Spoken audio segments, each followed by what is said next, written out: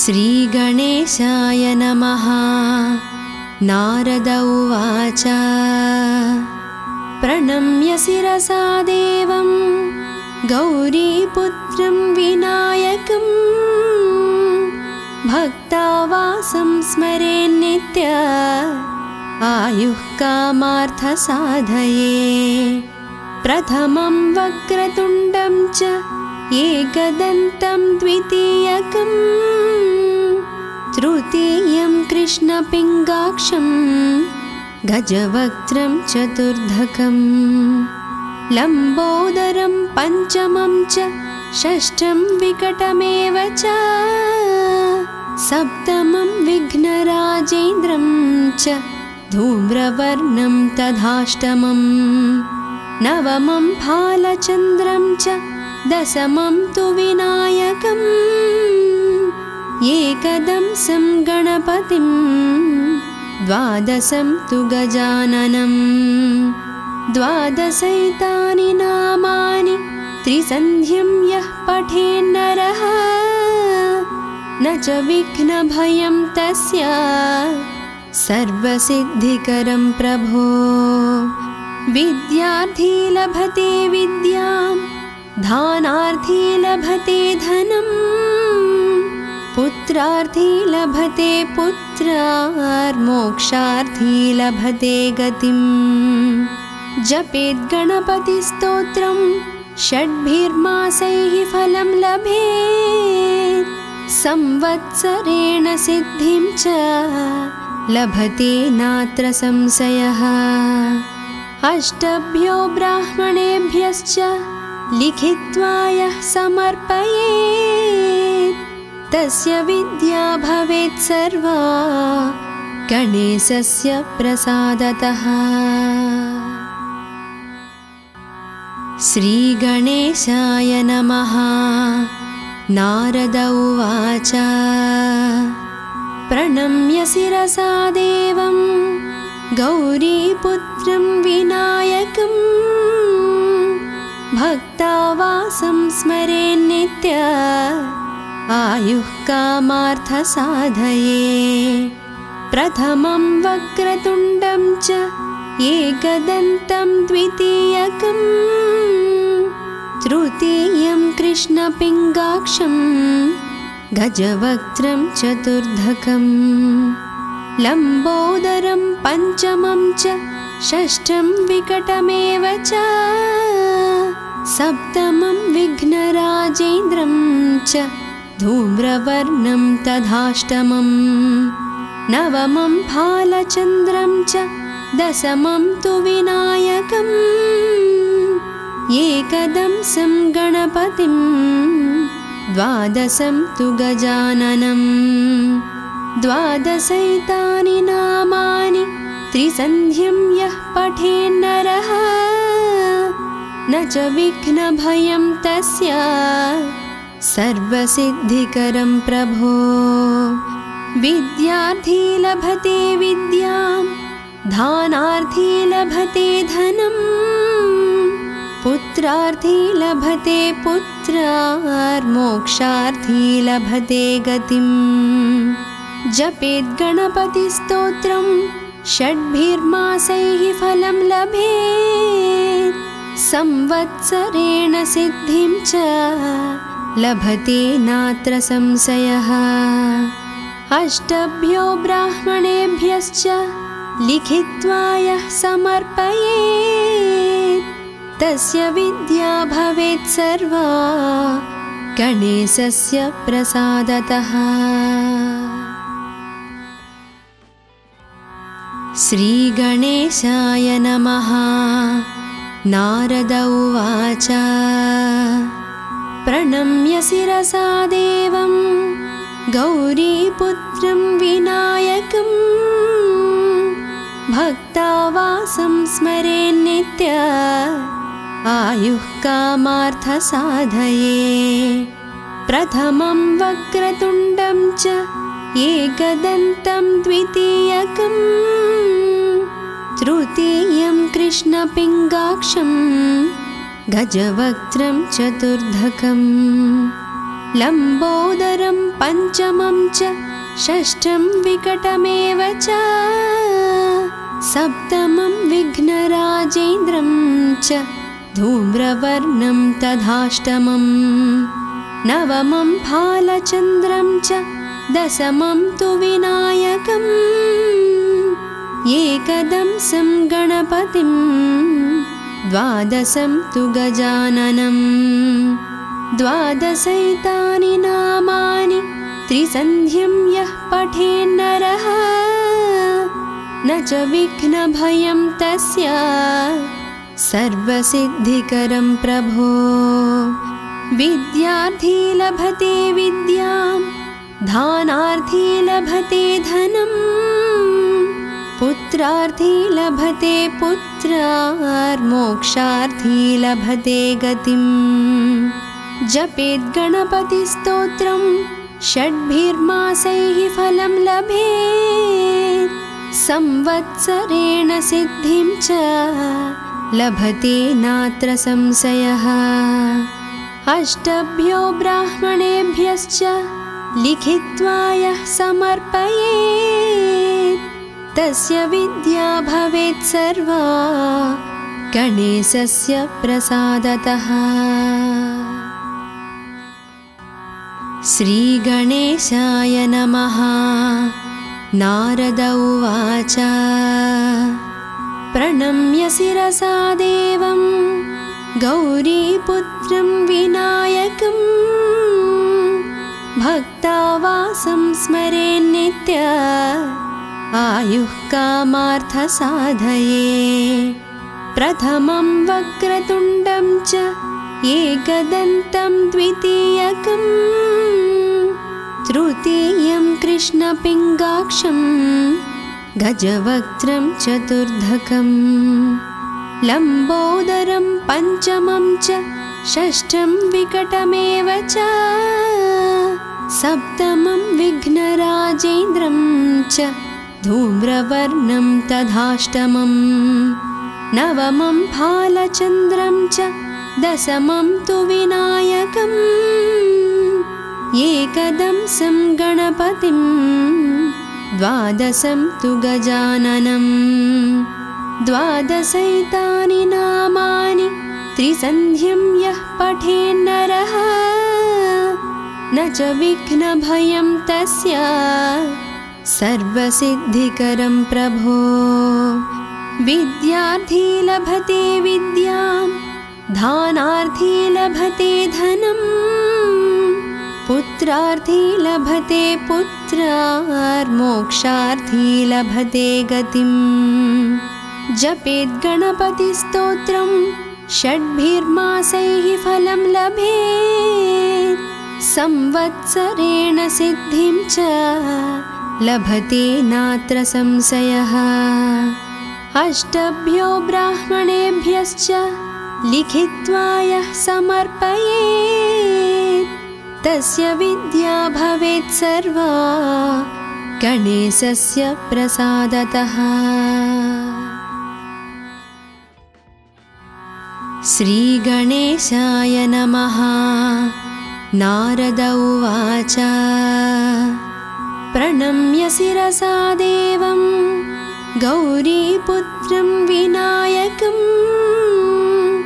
भक्तावासं स्मरेन्नित्य आयुः कामार्थसाधये प्रथमं वक्रतुण्डं च एकदन्तं द्वितीयकं तृतीयं कृष्णपिङ्गाक्षं गजवक्त्रं चतुर्धकं लम्बोदरं पञ्चमं च षष्ठं विकटमेव च सप्तमं विघ्नराजेन्द्रं च धूम्रवर्णं तथाष्टमं नवमं फालचन्द्रं च दशमं तु विनायकम् एकदंसं गणपतिं द्वादशं तु गजाननम् द्वादशैतानि नामानि त्रिसन्ध्यं यः पठेन्नरः न च विघ्नभयं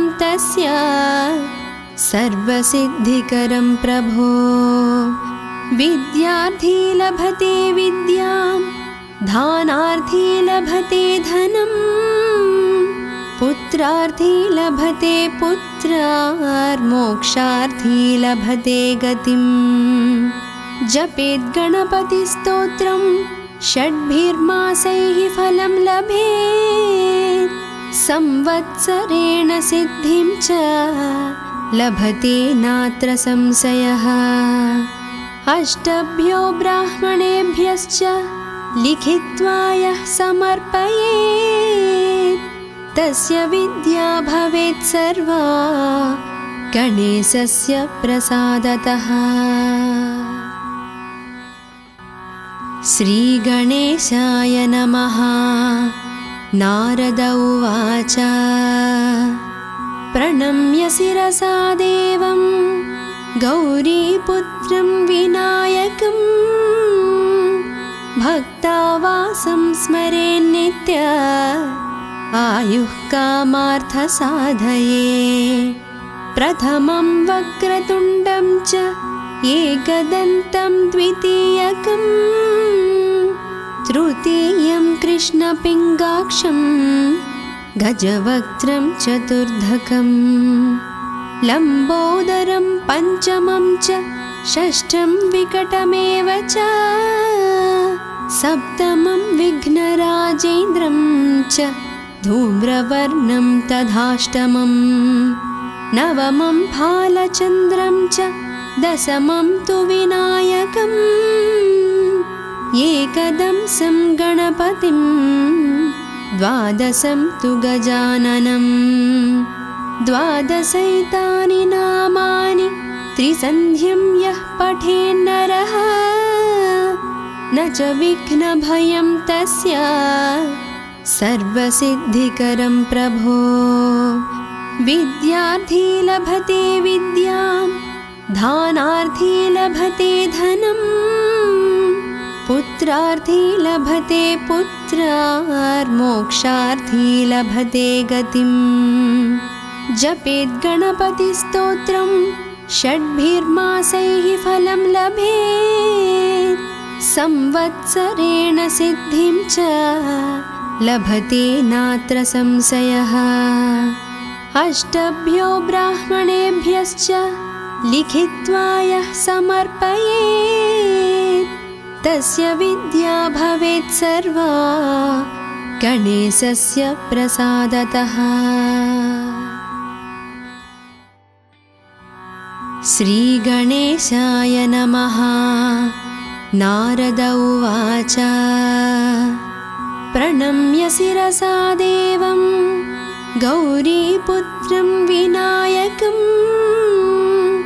भक्तावासं स्मरेन्नित्य आयुः कामार्थसाधये प्रथमं वक्रतुण्डं च एकदन्तं द्वितीयकं तृतीयं कृष्णपिङ्गाक्षं गजवक्त्रं चतुर्धकं लम्बोदरं पञ्चमं च षष्ठं विकटमेव च सप्तमं विघ्नराजेन्द्रं च धूम्रवर्णं तथाष्टमं नवमं फालचन्द्रं च दशमं तु विनायकम् एकदंसं गणपतिं द्वादशं तु गजाननं द्वादशैतानि नामानि त्रिसन्ध्यं यः पठेन्नरः न च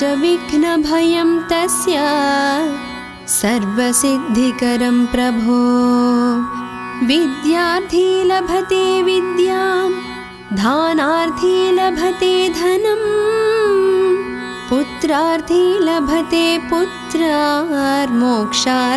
लभते गतिम् जपेत् गणपतिस्तोत्रं षड्भिर्मासैः फलं लभेत् संवत्सरेण सिद्धिं च लभते नात्र संशयः अष्टभ्यो ब्राह्मणेभ्यश्च लिखित्वा यः समर्पयेत् तस्य विद्या भवेत् सर्वा गणेशस्य प्रसादतः। श्रीगणेशाय नमः। नारद उवाच प्रणम्य शिरसा देवं गौरीपुत्रं विनायकं भक्तावासं स्मरेन्नित्य आयुः कामार्थसाधये। प्रथमं वक्रतुण्डं च एकदन्तं द्वितीयकं तृतीयं कृष्णपिङ्गाक्षं गजवक्त्रं चतुर्धकं लम्बोदरं पञ्चमं च षष्ठं विकटमेव च सप्तमं विघ्नराजेन्द्रं च धूम्रवर्णं तथाष्टमं नवमं भालचन्द्रं च दशमं तु विनायकम् एकदंसं गणपतिं द्वादशं तु गजाननं द्वादशैतानि नामानि त्रिसन्ध्यं यः पठेन्नरः न च विघ्नभयं तस्य सर्वसिद्धिकरं प्रभो। विद्यार्थी लभते विद्यां दानार्थी लभते धनं पुत्रार्थी लभते पुत्रार्मोक्षार्थी लभते गतिं। जपेत् गणपतिस्तोत्रं षड्भिर्मासैः फलं लभेत् संवत्सरेण सिद्धिं च लभते नात्र संशयः। अष्टभ्यो ब्राह्मणेभ्यश्च लिखित्वा यः समर्पयेत् तस्य विद्या भवेत् सर्वा गणेशस्य प्रसादतः। श्रीगणेशाय नमः। नारद उवाच प्रणम्य शिरसा देवं गौरीपुत्रं विनायकं भक्तावासं स्मरेन्नित्य आयुः कामार्थसाधये। प्रथमं वक्रतुण्डं च एकदन्तं द्वितीयकं तृतीयं कृष्णपिङ्गाक्षं गजवक्त्रं चतुर्धकं लम्बोदरं पञ्चमं च षष्ठं विकटमेव च सप्तमं विघ्नराजेन्द्रं च धूम्रवर्णं तथाष्टमं नवमं भालचन्द्रं च दशमं तु विनायकम् एकदंसं गणपतिं द्वादशं तु गजाननं द्वादशैतानि नामानि त्रिसन्ध्यं यः पठेन्नरः न च विघ्नभयं तस्य सर्वसिद्धिकरं प्रभो। विद्यार्थी लभते विद्यां दानार्थी लभते धनं पुत्रार्थी लभते पुत्रार्मोक्षार्थी लभते गतिं। जपेत् गणपतिस्तोत्रं षड्भिर्मासैः फलं लभेत् संवत्सरेण सिद्धिं च लभते नात्र संशयः। अष्टभ्यो ब्राह्मणेभ्यश्च लिखित्वा यः समर्पयेत् तस्य विद्या भवेत् सर्वा गणेशस्य प्रसादतः। श्रीगणेशाय नमः। नारद उवाच प्रणम्य शिरसा देवं गौरीपुत्रं विनायकं भक्तावासं स्मरेन्नित्य आयुः कामार्थसाधये। प्रथमं वक्रतुण्डं च एकदन्तं द्वितीयकं तृतीयं कृष्णपिङ्गाक्षं गजवक्त्रं चतुर्धकं लम्बोदरं पञ्चमं च षष्ठं विकटमेव च सप्तमं विघ्नराजेन्द्रं च धूम्रवर्णं तथाष्टमं नवमं भालचन्द्रं च दशमं तु विनायकम् एकदंसं गणपतिं द्वादशं तु गजाननं द्वादशैतानि नामानि त्रिसन्ध्यं यः पठेन्नरः न च विघ्नभयं तस्य सर्वसिद्धिकरं प्रभो विद्यार्थी लभते विद्यां धानार्थी लभते धनं पुत्रार्थी लभते पुत्रार्मोक्षार्थी लभते गतिम् जपेत् गणपतिस्तोत्रं षड्भिर्मासैः फलं लभेत् संवत्सरेण सिद्धिं च लभते नात्र संशयः अष्टभ्यो ब्राह्मणेभ्यश्च लिखित्वा यः समर्पयेत् तस्य विद्या भवेत् सर्वा गणेशस्य प्रसादतः। श्रीगणेशाय नमः। नारद उवाच प्रणम्य शिरसा देवं गौरीपुत्रं विनायकं भक्तावासं स्मरेन्नित्य आयुः कामार्थसाधये प्रथमं वक्रतुण्डं च एकदन्तं द्वितीयकं तृतीयं कृष्णपिङ्गाक्षं गजवक्त्रं चतुर्धकं लम्बोदरं पञ्चमं च षष्ठं विकटमेव च सप्तमं विघ्नराजेन्द्रं च धूम्रवर्णं तथाष्टमं नवमं भालचन्द्रं च दशमं तु विनायकम् एकदंसं गणपतिं द्वादशं तु गजाननं द्वादशैतानि नामानि त्रिसन्ध्यं यः पठेन्नरः न च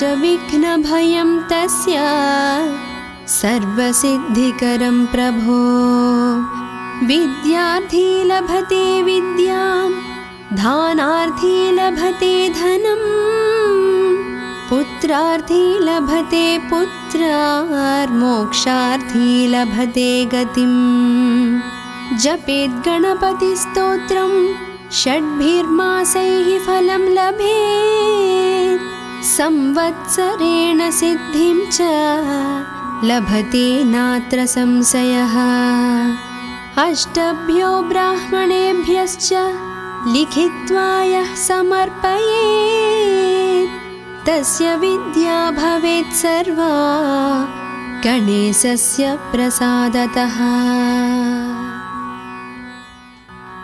श्रीगणेशाय नमः। नारद उवाच प्रणम्य शिरसा देवं गौरीपुत्रं विनायकं भक्तावासं स्मरेन्नित्य आयुः कामार्थसाधये प्रथमं वक्रतुण्डं च एकदन्तं द्वितीयकं तृतीयं कृष्णपिङ्गाक्षं गजवक्त्रं चतुर्धकं लम्बोदरं पञ्चमं च षष्ठं विकटमेव च सप्तमं विघ्नराजेन्द्रं च धूम्रवर्णं तथाष्टमं नवमं भालचन्द्रं च दशमं तु विनायकम् एकदंसं गणपतिं द्वादशं तु गजाननं द्वादशैतानि नामानि त्रिसन्ध्यं यः पठेन्नरः न न च विघ्नभयं तस्य सर्वसिद्धिकरं प्रभो। विद्यार्थी लभते विद्यां, दानार्थी लभते धनं, पुत्रार्थी लभते पुत्रार्मोक्षार्थी लभते गतिम्। जपेत् गणपतिस्तोत्रं षड्भिर्मासैः फलं लभेत्, संवत्सरेण सिद्धिं च लभते नात्र संशयः। अष्टभ्यो ब्राह्मणेभ्यश्च लिखित्वा यः समर्पयेत्, तस्य विद्या भवेत् सर्वा गणेशस्य प्रसादतः। श्रीगणेशाय नमः। नारद उवाच प्रणम्य शिरसा देवं गौरीपुत्रं विनायकं, भक्तावासं स्मरेन्नित्य आयुः कामार्थसाधये। प्रथमं वक्रतुण्डं च एकदन्तं द्वितीयकं, तृतीयं कृष्णपिङ्गाक्षं गजवक्त्रं चतुर्धकं, लम्बोदरं पञ्चमं च षष्ठं विकटमेव च, सप्तमं विघ्नराजेन्द्रं च धूम्रवर्णं तथाष्टमम्, नवमं भालचन्द्रं च दशमं तु विनायकम्, एकदंसं गणपतिं द्वादशं तु गजाननम्। द्वादशैतानि नामानि त्रिसन्ध्यं यः पठेन्नरः, न च विघ्नभयं तस्य सर्वसिद्धिकरं प्रभो। विद्यार्थी लभते विद्यां, दानार्थी लभते धनं, पुत्रार्थी लभते पुत्रार्मोक्षार्थी लभते गतिम्। जपेत् गणपतिस्तोत्रं षड्भिर्मासैः फलं लभेत्, संवत्सरेण सिद्धिं च लभते नात्र संशयः। अष्टभ्यो ब्राह्मणेभ्यश्च लिखित्वा यः समर्पयेत्, तस्य विद्या भवेत् सर्वा गणेशस्य प्रसादतः। श्रीगणेशाय नमः। नारद उवाच प्रणम्य शिरसा देवं गौरीपुत्रं विनायकं, भक्तावासं स्मरेन्नित्य आयुः कामार्थसाधये। प्रथमं वक्रतुण्डं च एकदन्तं द्वितीयकं, तृतीयं कृष्णपिङ्गाक्षं गजवक्त्रं चतुर्धकं, लम्बोदरं पञ्चमं च षष्ठं विकटमेव च, सप्तमं विघ्नराजेन्द्रं च धूम्रवर्णं तथाष्टमम्, नवमं भालचन्द्रं च दशमं तु विनायकम्, एकदंसं गणपतिं द्वादशं तु गजाननम्। द्वादशैतानि नामानि त्रिसन्ध्यं यः पठेन्नरः, न च विघ्नभयं तस्य सर्वसिद्धिकरं प्रभो। विद्यार्थी लभते विद्यां, दानार्थी लभते धनं, पुत्रार्थी लभते पुत्रार्मोक्षार्थी लभते गतिम्। जपेत् गणपतिस्तोत्रं षड्भिर्मासैः फलं लभेत्, संवत्सरेण सिद्धिं च लभते नात्र संशयः। अष्टभ्यो ब्राह्मणेभ्यश्च लिखित्वा यः समर्पयेत् तस्य विद्या भवेत् सर्वा गणेशस्य प्रसादतः। श्रीगणेशाय नमः। नारद उवाच प्रणम्य शिरसा देवं गौरीपुत्रं विनायकं भक्तावासं स्मरेन्नित्य आयुः कामार्थसाधये। प्रथमं वक्रतुण्डं च एकदन्तं द्वितीयकं तृतीयं कृष्णपिङ्गाक्षं गजवक्त्रं चतुर्धकं लम्बोदरं पञ्चमं च षष्ठं विकटमेव च सप्तमं विघ्नराजेन्द्रं च धूम्रवर्णं तथाष्टमं नवमं फालचन्द्रं च दशमं तु विनायकम् एकदंसं गणपतिं द्वादशं तु गजाननं द्वादशैतानि नामानि त्रिसन्ध्यं यः पठेन्नरः न च विघ्नभयं तस्य सर्वसिद्धिकरं प्रभो। विद्यार्थी लभते विद्यां दानार्थी लभते धनं पुत्रार्थी लभते पुत्रार्मोक्षार्थी लभते गतिं। जपेत् गणपतिस्तोत्रं षड्भिर्मासैः फलं लभेत् संवत्सरेण सिद्धिं च लभते नात्र संशयः।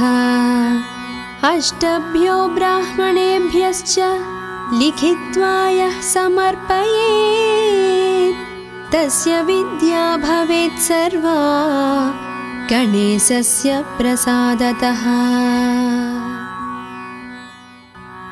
श्रीगणेशाय नमः। नारद उवाच प्रणम्य शिरसा देवं गौरीपुत्रं विनायकं भक्तावासं स्मरेन्नित्य आयुः कामार्थसाधये। प्रथमं वक्रतुण्डं च एकदन्तं द्वितीयकं तृतीयं कृष्णपिङ्गाक्षं गजवक्त्रं चतुर्धकं लम्बोदरं पञ्चमं च षष्ठं विकटमेव च सप्तमं विघ्नराजेन्द्रं च धूम्रवर्णं तथाष्टमं नवमं फालचन्द्रं च दशमं तु विनायकम् एकदंसं गणपतिं द्वादशं तु गजाननं द्वादशैतानि नामानि त्रिसन्ध्यं यः पठेन्नरः न च विघ्नभयं तस्य सर्वसिद्धिकरं प्रभो। विद्यार्थी लभते विद्यां दानार्थी लभते धनं पुत्रार्थी लभते पुत्रार्मोक्षार्थी लभते गतिं। जपेत् गणपतिस्तोत्रं षड्भिर्मासैः फलं लभेत् संवत्सरेण सिद्धिं च लभते नात्र संशयः। अष्टभ्यो ब्राह्मणेभ्यश्च लिखित्वा यः समर्पयेत् तस्य विद्या भवेत् सर्वा गणेशस्य प्रसादतः। श्रीगणेशाय नमः। नारद उवाच प्रणम्य शिरसा देवं गौरीपुत्रं विनायकं भक्तावासं स्मरेन्नित्य आयुः कामार्थसाधये। प्रथमं वक्रतुण्डं च एकदन्तं द्वितीयकं तृतीयं कृष्णपिङ्गाक्षं गजवक्त्रं चतुर्धकं लम्बोदरं पञ्चमं च षष्ठं विकटमेव च सप्तमं विघ्नराजेन्द्रं च धूम्रवर्णं तथाष्टमं नवमं फालचन्द्रं च दशमं तु विनायकम् एकदंसं गणपतिं द्वादशं तु गजाननं द्वादशैतानि नामानि त्रिसन्ध्यं यः पठेन्नरः न च विघ्नभयं तस्य सर्वसिद्धिकरं प्रभो विद्यार्थी लभते विद्यां धानार्थी लभते धनं पुत्रार्थी लभते पुत्रार्मोक्षार्थी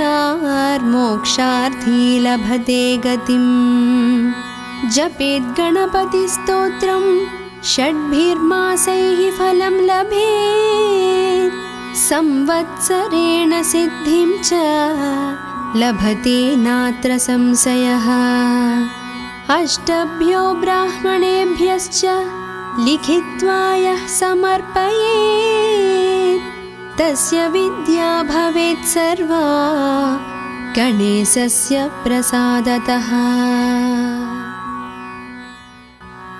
श्रीगणेशाय नमः। नारद उवाच प्रणम्य शिरसा देवं गौरीपुत्रं विनायकं भक्तावासं स्मरेन्नित्य आयुः कामार्थसाधये प्रथमं वक्रतुण्डं च एकदन्तं द्वितीयकं तृतीयं कृष्णपिङ्गाक्षं गजवक्त्रं चतुर्धकं लम्बोदरं पञ्चमं च षष्ठं विकटमेव च सप्तमं विघ्नराजेन्द्रं च धूम्रवर्णं तथाष्टमं नवमं फालचन्द्रं च दशमं तु विनायकम् एकदंसं गणपतिं द्वादशं तु गजाननं द्वादशैतानि नामानि त्रिसन्ध्यं यः पठेन्नरः न च विघ्नभयं तस्य सर्वसिद्धिकरं प्रभो विद्यार्थी लभते विद्यां धानार्थी लभते धनं पुत्रार्थी लभते पुत्रार्मोक्षार्थी लभते गतिं जपेद् गणपतिस्तोत्रं षड्भिर्मासैः फलं लभेत् संवत्सरेण सिद्धिं च लभते नात्र संशयः अष्टभ्यो ब्राह्मणेभ्यश्च लिखित्वा यः समर्पयेत् तस्य विद्या भवेत् सर्वा गणेशस्य प्रसादतः। श्रीगणेशाय नमः। नारद उवाच प्रणम्य शिरसा देवं गौरीपुत्रं विनायकं भक्तावासं स्मरेन्नित्य आयुः कामार्थसाधये प्रथमं वक्रतुण्डं च एकदन्तं द्वितीयकं तृतीयं कृष्णपिङ्गाक्षं गजवक्त्रं चतुर्धकं लम्बोदरं पञ्चमं च षष्ठं विकटमेव च सप्तमं विघ्नराजेन्द्रं च धूम्रवर्णं तथाष्टमं नवमं फालचन्द्रं च दशमं तु विनायकम् एकदंसं गणपतिं द्वादशं तु गजाननं द्वादशैतानि नामानि त्रिसन्ध्यं यः पठेन्नरः न च विघ्नभयं तस्य सर्वसिद्धिकरं प्रभो। विद्यार्थी लभते विद्यां धानार्थी लभते धनं पुत्रार्थी लभते पुत्रार्मोक्षार्थी लभते गतिम्। जपेद् गणपतिस्तोत्रं षड्भिर्मासैः फलं लभेत् संवत्सरेण सिद्धिं च लभते नात्र संशयः। अष्टभ्यो ब्राह्मणेभ्यश्च लिखित्वा यः समर्पयेत् तस्य विद्या भवेत् सर्वा गणेशस्य प्रसादतः। श्रीगणेशाय नमः। नारद उवाच प्रणम्य शिरसा देवं गौरीपुत्रं विनायकं भक्तावासं स्मरेन्नित्य आयुः कामार्थसाधये। प्रथमं वक्रतुण्डं च एकदन्तं द्वितीयकं तृतीयं कृष्णपिङ्गाक्षं गजवक्त्रं चतुर्धकं लम्बोदरं पञ्चमं च षष्ठं विकटमेव च सप्तमं विघ्नराजेन्द्रं च धूम्रवर्णं तथाष्टमं नवमं भालचन्द्रं च दशमं तु विनायकम् एकदंसं गणपतिं द्वादशं तु गजाननं द्वादशैतानि नामानि त्रिसन्ध्यं यः पठेन्नरः न च विघ्नभयं तस्य सर्वसिद्धिकरं प्रभो। विद्यार्थी लभते विद्यां धानार्थी लभते धनं पुत्रार्थी लभते पुत्रार्मोक्षार्थी लभते गतिम्। जपेद् गणपतिस्तोत्रं षड्भिर्मासैः फलं लभेत् संवत्सरेण सिद्धिं च लभते नात्र संशयः।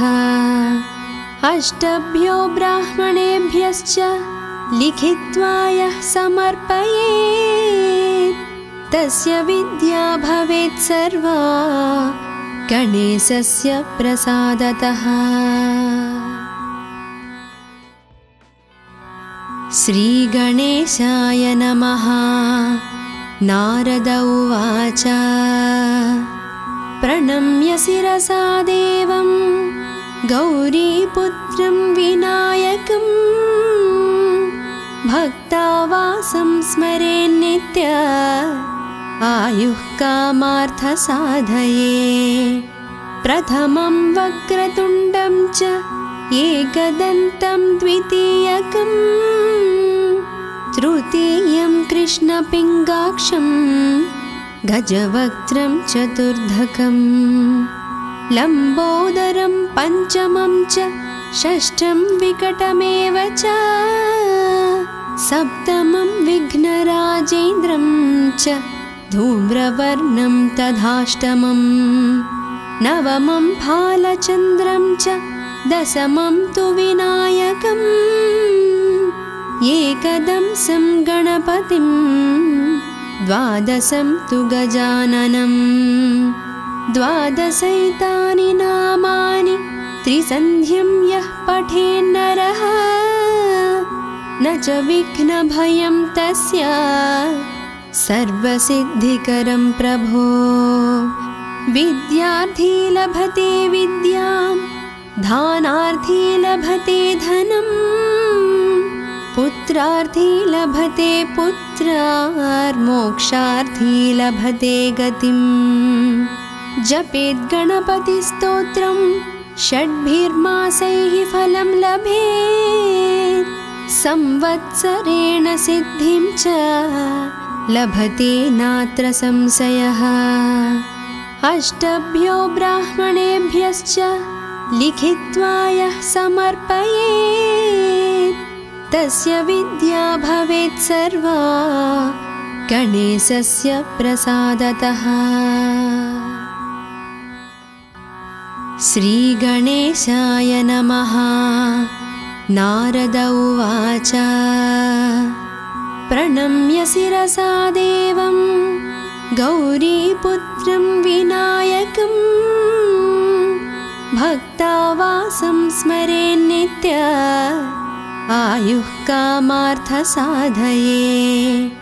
प्रथमं वक्रतुण्डं च एकदन्तं द्वितीयकं तृतीयं कृष्णपिङ्गाक्षं गजवक्त्रं चतुर्धकं लम्बोदरं पञ्चमं च षष्ठं विकटमेव च सप्तमं विघ्नराजेन्द्रं च धूम्रवर्णं तथाष्टमं नवमं भालचन्द्रं च दशमं तु विनायकम् एकदंसं गणपतिं द्वादशं तु गजाननं द्वादशैतानि नामानि त्रिसन्ध्यं यः पठेन्नरः न च विघ्नभयं तस्य सर्वसिद्धिकरं प्रभो। विद्यार्थी लभते विद्यां दानार्थी लभते धनं पुत्रार्थी लभते पुत्रार्मोक्षार्थी लभते गतिं। जपेत् गणपतिस्तोत्रं षड्भिर्मासैः फलं लभेत् संवत्सरेण सिद्धिं च लभते नात्र संशयः।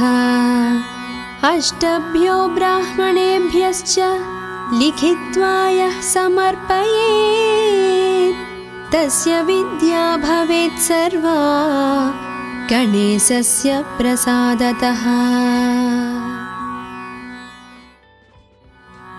श्रीगणेशाय नमः।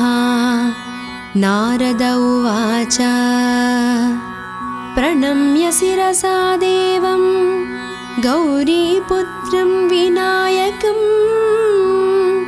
भक्तावासं स्मरेन्नित्य आयुः कामार्थसाधये।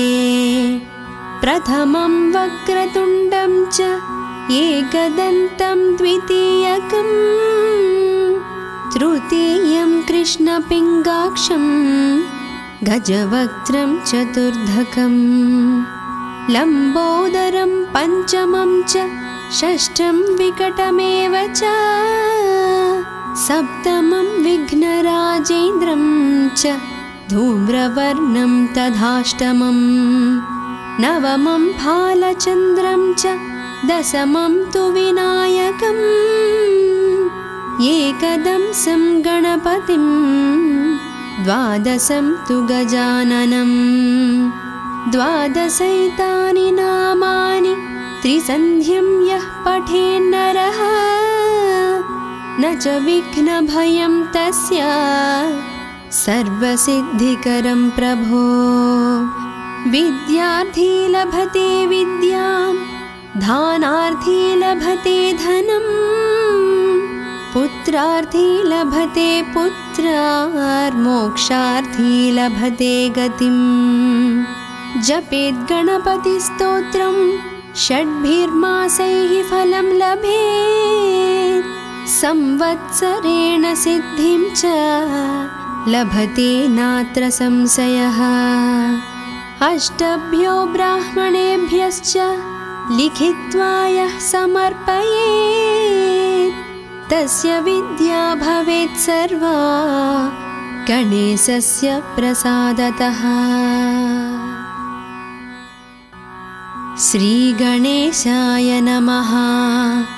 नारद उवाच प्रणम्य शिरसा देवं गौरीपुत्रं विनायकं भक्तावासं स्मरेन्नित्य आयुः कामार्थसाधये।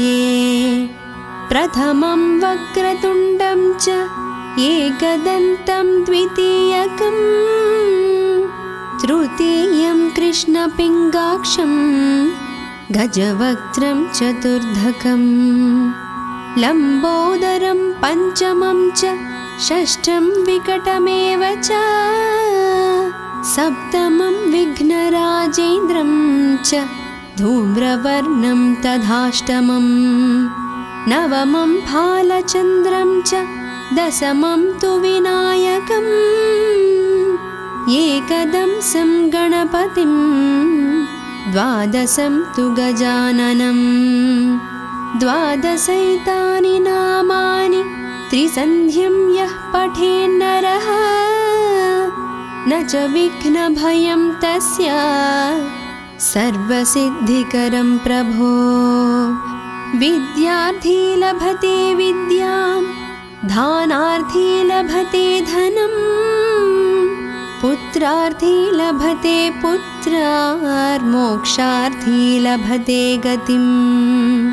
जपेत् गणपतिस्तोत्रं षड्भिर्मासैः फलं लभेत्, संवत्सरेण सिद्धिं च लभते नात्र संशयः। अष्टभ्यो ब्राह्मणेभ्यश्च लिखित्वा यः समर्पयेत्, तस्य विद्या भवेत् सर्वा गणेशस्य प्रसादतः।